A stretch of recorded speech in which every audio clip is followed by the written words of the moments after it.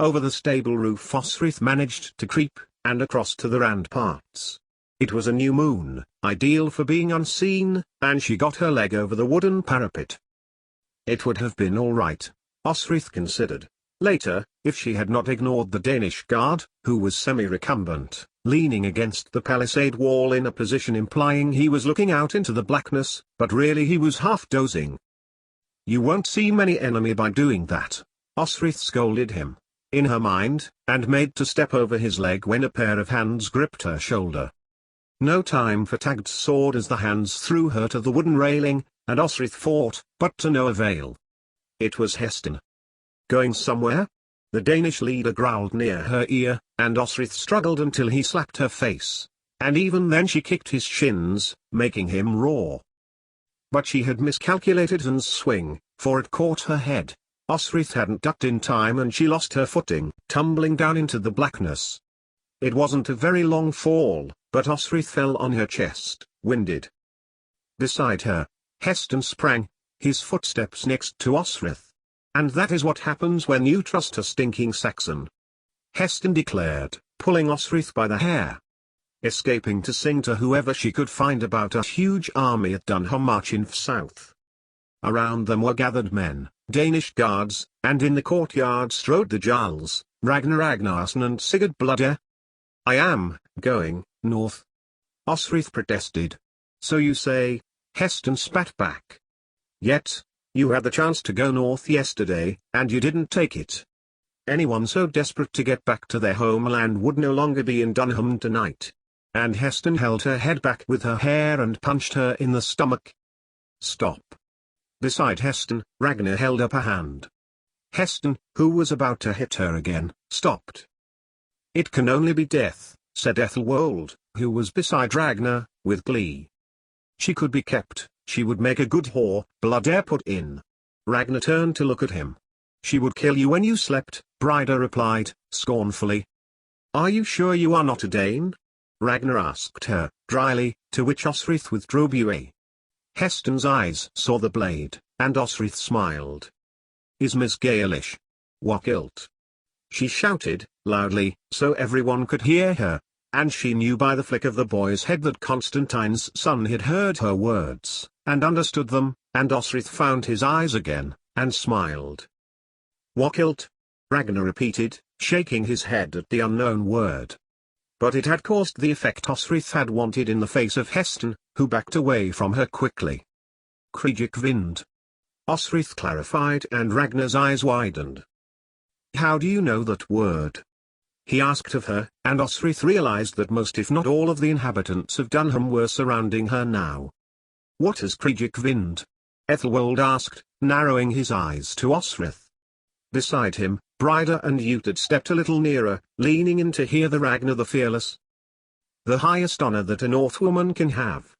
There was a change in the air, a murmuring which seemed to undulate around them all, as Danes spoke to Danes. The word was well known, almost mythical. The battle women had the highest status in Valhalla, beyond even the men. They were close to the gods. It didn't matter that Osrith was a Gael or, more specifically, a Saxon. She had been declared Kriegik Vind, and that was what mattered. And so, Osrith pressed on, in the Norse that Eric had taught her, "I use my right as Kriegik Vind to press that my word is true." She watched Ragnar carefully, and he shifted his weight between his feet. "I understand you offer freedom for a fight successfully won?" "No Dane will fight you," Ragnar replied. "Eric fought me," Osrith said in Norse. Ragnar's brow pinched as he thought about the unusual words.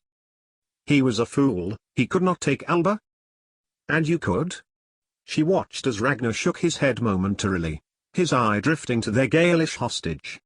Prince Seluk stared back to Osrith, but said nothing. "There is strength in Alba that there is not in the south." "What does that mean?"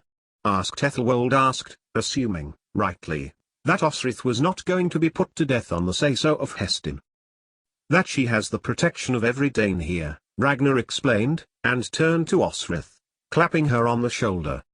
"Then fight for your right, Kriegik Vind," he declared, and the fortress rang with cheering and hooting and thumping on the ground with feet and spear butts, approving the entertainment as decreed by their leader. But who? It was the Jarl Sigurd who asked Ragnar, standing next to the Fearless. No Dane will fight a Kriegwind. But Osrith had already decided. Utad, she declared, pointing Bué at her brother. He had pissed her off an ought, and she was about to humiliate himself in front of the people he claimed to belong. He did not belong with Danes. He would be gone as soon as the army had left Dunham, to find the Lady Ethelfled. Though it was clear she had Finan were forming an attachment, he was going out of his way to divide them. Why? Spite? How was it, Osrith thought, and not for the first time, that her brother could make monumental mistakes and still brazen his way to the top of everything. He was a fraud. Utad, Ragnar repeated, then looked at Osrith curiously. Utad, why? Why? Because he is neither a Dane nor a Saxon, Osrith declared. Ragnar closed in on Osrith, and stood inches from her. Explain to me what you mean, Gale. Because of the oath he has sworn to the Lady of the Mersons and the oath he had by family. Osrith heard herself bite the word. Who will he choose?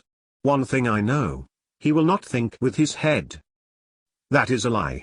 Utad stormed to her, approaching Osrith beside his Danish brother. But a calm had overtaken Osrith, and she made sure that she did not take her eyes off Ragnar the Fearless. If it is, ask him, Jarl Ragnar, is he joining you? With satisfaction, Osrith watched as Ragnar turned to Utad. Well? Utad did not answer, and Osrith did not deny that she enjoyed Utad's adopted brother shrink a little at his words, feeling then as she had felt since she had found him. Unless he will not fight you, Ragnar replied. It was subtle, and Osrith applauded the Danish warrior for his covert use of language. She deduced that, what Ragnar meant was, if he were indeed a Dane, he would not accept the challenge. He will fight you, Utad declared, bearing down on her. And fell into the trap. Oh, Osrith, what have ye done? Finan said, under his breath, and it was only then that Osrith realized he was standing beside Utad. She ignored him, and continued to stare down Utad as he stared back at her, with equal vehemence. It is agreed, Jarl Ragnar.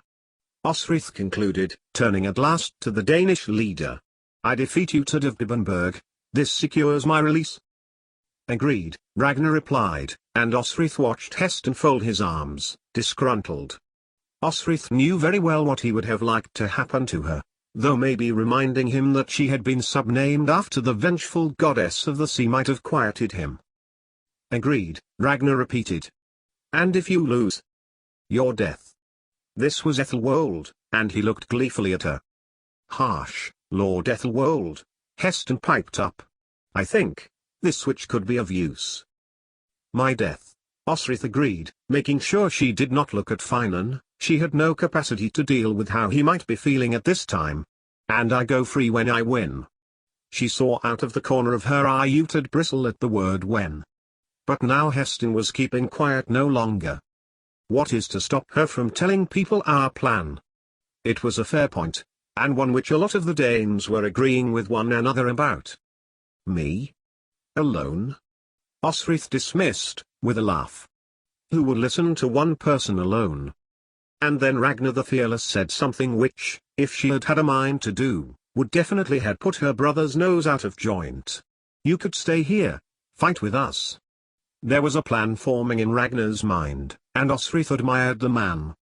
A Kriegwind on the side of this huge army marching on Wessex? He would have been mad not to make that offer to her. Osrith inhaled, deeply, as if giving his idea a good deal of thought. Then, she shook her head.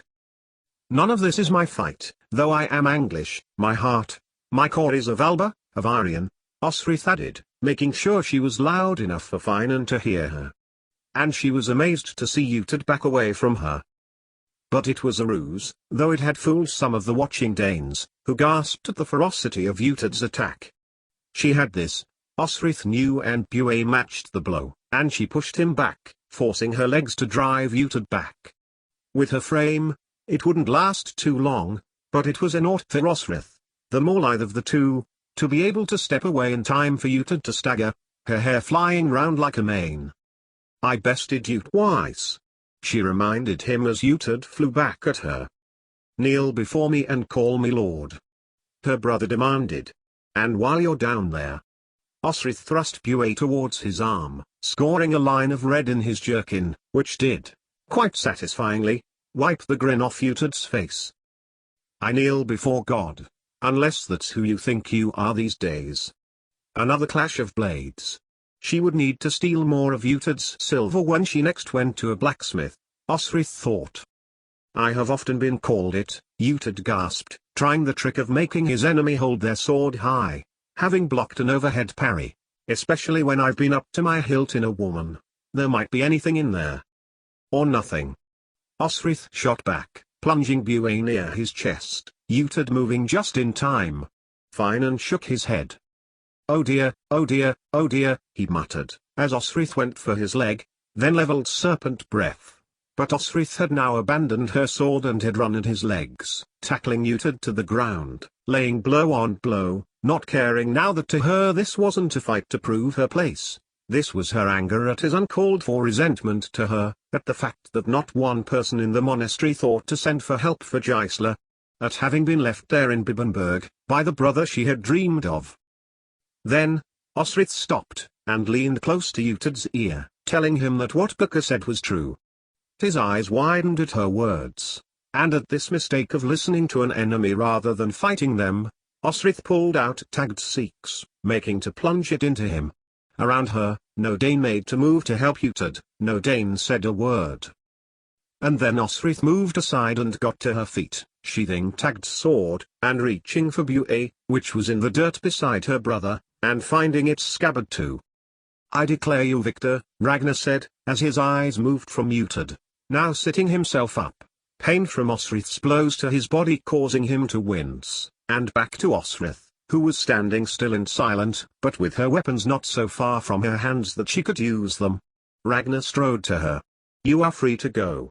And he beckoned to Jack Daw, who pushed through the Danes and called for him to bring a horse, ignoring Ethelwold's plaintive objections to it being improperly concluded, and the fight for Effiat. "Tell me the truth, will he go?" Ragnar asked, as he walked with her to Dunham's gate. Osrith looked into a face with as much honour as she could imagine anyone to have. It was no wonder Bryda clung to him, no wonder she had given up entirely her original life to be with him. "I cannot say for sure," Osrith said, honestly. "What does your heart tell you, Ragnar the Fearless?" Ragnar stopped and lowered his hand from her shoulder. "I have to believe he is my brother, and in his word," he replied, then lowered his head to Osrith. "What is he to you?" And Osrith told him. Ragnar said nothing at first, then nodded his head, once, firmly. "That you have not told him. I will not tell him," Ragnar said. Looking back, Osrith wondered whether a lot of things would be better if Ragnar had done so. "If he leaves, it is only the same as what he did to you," he concluded. "No," Osrith shook her head. "You were a family to him. And you lost your home because we came. You lost a brother, 2 brothers, as I am about to lose a brother. And others lost their homes when the Saxons came, and others lost their homes when the Gaels came, when the Cymry came, when all the nations that have come ever to this land." Ragnar smiled, and clapped her on the shoulder. "I hope the best for you, Osrith Lackland, and when we meet in the battlefield." "Don't," Osrith thought. "Don't say you will turn from me. May your God be with you." Osrith smiled at the Dane. "May yours be for you. All of them? And if you ever get to Alba." Ragnar gave her a wry smile, and turned to go as Osrith readied to mount the horse he had so generously given to her. "Jarl Ragnar," Osrith said, as he began to stride away, and she followed him for a few steps. "You did not take every scrap of silver of mine." Osrith reached for his hand and pressed the silver piece into it. It was a dream lost, of her and Finan. "I will return it," he said, and then strode off back inside his fortress. 88,888,888. Osrith rode north. But this did not last very long, and within a few miles her horse was turning south. And she would soon be in Aylesbury. And indeed it was, 3 days later, as she stood before the capital of Wessex. she would see no one other than Ethelred, waiting for whatever was going to happen, and her arrival was so sudden that Aldhelm had not had time to even see that she was coming. He was standing beside Ethelred, which was a good sign, but with such a pained expression in his face that Osrith felt sorry for the man. It was only after a few moments into her discussion with the Lord of Mercia that she realized Aldhelm probably thought she was going to admit their part in Saltwick and the Lady Ethelfled. "Aldhelm has made me aware of your aversion to Wessex," Ethelred told her, in what seemed to Osrith like a shift in mood. "You chose to return to me when you could have gone anywhere. You are loyal to Mercia, and to Ethelred, and shall be rewarded." Osrith stepped lightly from foot to foot as she waited for Ethelred's decision. And, as she watched, Osrith saw the figure of Eardwulf. Ethelred must have noticed too, but he alluded little to the last time she and Eardwulf were before him, in that very room. All Ethelred said was, "Your debt is paid. Go, and be in my army." Nothing was mentioned of assassination, failed, or otherwise. Miral was the first to see Osrith as she stalked along the corridor to the armory. He challenged her, that men were forbidden with the officers, and that Osrith, who he assumed to be a mercen soldier, which as she indeed was, should not be there. "Will you be bringing me my clothing then, Lord Miral?" Osrith asked, and watched with satisfaction when the man's face changed as he recognized her. "Osrith," he declared, clapping her on the back, and he was shortly followed by Aldhelm, who was also following. "I take it you have reconsidered your decision to be auxiliary captain?" Aldhelm asked, taking Osrith into the armory. "Yes," she conceded. "And it took you nearly a month to decide?" "A month, having been captured by Danes. And Ethelwold." And Osrith watched Aldhelm's face as he told him of where she had gone and what she had done. "They let you go?" "Only after I had fought their bravest warrior. Only, their bravest warrior turned out to be Utad." Aldhelm exhaled, realization showing in his features. "So, that is where he is?" Osrith nodded. "And Ethelwold is with him?" Aldhelm nodded, grimly. "The Lord Ethelred seems happy." Osrith changed the subject. "Indeed. Alfred sickens, so he tells himself that he is not far away from the throne of Wessex." Aldhelm looked embarrassed, but pressed on. "I took the liberty of telling the Lord Ethelred your story of Oswald, that you told, of when the Danes came to Northumbria, and you were comforted by the monk beads stories." "We know that Oswald brought light into the dark place," Osrith agreed. Aldhelm put a hand on her shoulder. "You're absolved of this, Osrith," said Aldhelm, seriously, "all of it. You may leave the army." Osrith was shocked. "May? You mean must?" "Surely not. It is all that was good in the world, a place she was respected for her ability to fight, not what she could do on her back, or what she could be consigned to when one man or another decided what she was to be fit for."